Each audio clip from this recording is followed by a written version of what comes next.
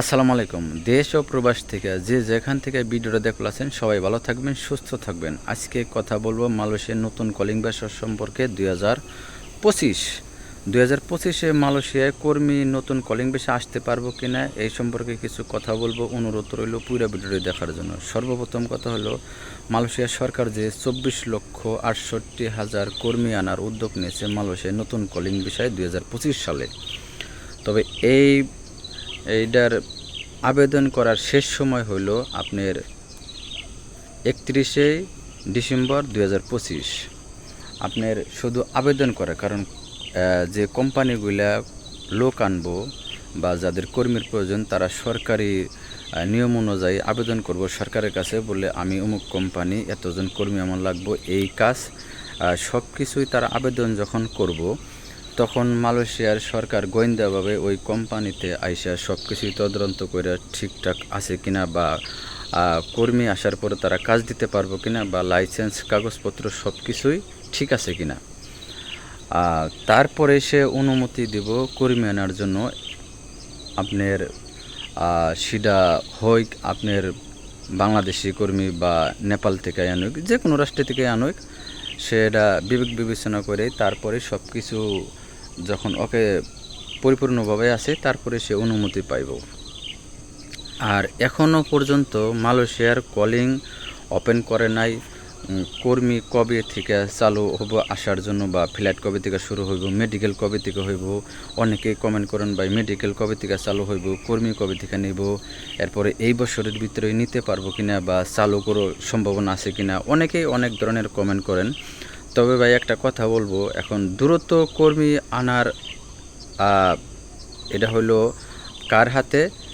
তবে এটা কোম্পানির হাতে। কোম্পানি যদি অতি দ্রুতই আবেদন করে মালয়েশিয়া সরকারের কাছে, বলে আমাদের লোকের প্রয়োজন অতি দ্রুতই বা এত দিনের ভিতরে আমরা লোক চাই, তাহলে সেই ক্ষেত্রে দেখে যদি সব কোম্পানিগুলো আবেদন অতি দ্রুতই করে তাহলে সেই ক্ষেত্রে কলিংটা ইনশাআল্লাহ এই 2025 সালে ফ্লাইটে আপনারা মালয়েশিয়া নতুন কলিং বিষয়ে প্রবেশ করতে পারবেন। আর 2022-এর কলিংয়ের মতো আপনি মালয়েশিয়া আসার পরে যে হয়তো কাজের জন্য হয়রানি হইবেন বা এজেন্ট আপনার আইনা আপনার গোডাউনে আটকে রাখবো বা 4 মাস 5 মাস 3 মাস, এরপরে পাসপোর্টে ভিসা লাগিয়ে দিয়ে বলবো 1000 রিঙ্গিত দাও, বই হাতে দিয়ে দিব, তোমরা অন্য জায়গায় কাজ খুঁজে নাও, আমাকে হাতে কাজ নাই। এরকমটা ইনশাল্লাহ এবার হবে না, মালয়েশিয়ার সরকার নিজেই বলেছে। কারণ এর আগের বার আইসা অনেক লোক ফিরত গেছে, এরপরে কাজ পায় নাই, অনেক কমপ্লেন তারা পাইছে, সব কিছুই নিজের চোখেই তারা দেখছে। এই জন্যই মালয়েশিয়ার সরকার নিজে উদ্যোগ নিয়েছে, সব কিছুই নিজেই হ্যান্ডেল করে তারপরেই কর্মী আনবো মালয়েশিয়া।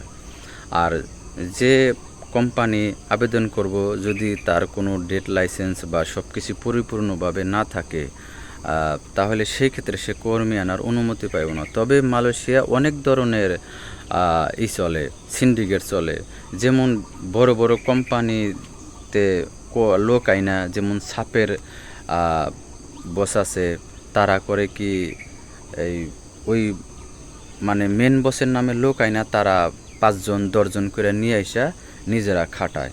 অনেক ধরনের সিস্টেম আছে। তবে আপনারা আসার সময় একটু সব কিছু ভাইবা চিন্তে আসবেন। দেখা গেছে সাপের বসের সাথে কাজ করলে একটু ঝামেলা হয়, কি আপনার বেতন হয়তো কিছু কিছু বস আসে বেতন দিতে দেরি হয়, ঘুরায়, বা আপনার যে বর্তমান মালয়েশিয়ার সরকারে যে 1700 রিঙ্গিত বেসিকের ঘোষণা দিয়েছে, সাপের বছর এগুলো দিবার চায় না, কারণ 1700 করছে, দেখা যাচ্ছে 1300 1400 1500 এমনি করে দেয়, 1200 দেয় এইরকম, কিন্তু পরিপূর্ণভাবে দেয় না। বা ওভারটাইমের ঘন্টায় যদি আসে 11 রিঙ্গিত, সেই জায়গায় 8 রিঙ্গিত 9 রিঙ্গিত এমনি করে দেয়। তবে আপনারা আসার চেষ্টা করবেন আপনার মেন বসের কাজ করার জন্য। অফিস থেকে আপনারা সব কিছুই কয়া বলে সব কিছুই আসবেন। মানে মালয়েশিয়া সেম বাংলাদেশের মতো একটা সিন্ডিকেটের চক্র আছে, এটা ধরা কঠিন ব্যাপার।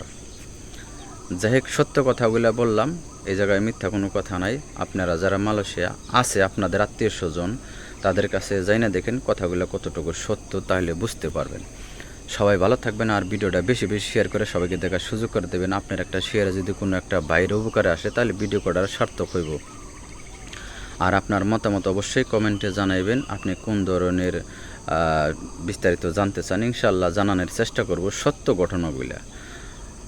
সবাই ভালো থাকবেন, সুস্থ থাকবেন, দেখা হবে নতুন ভিডিওতে। আল্লাহ হাফেজ।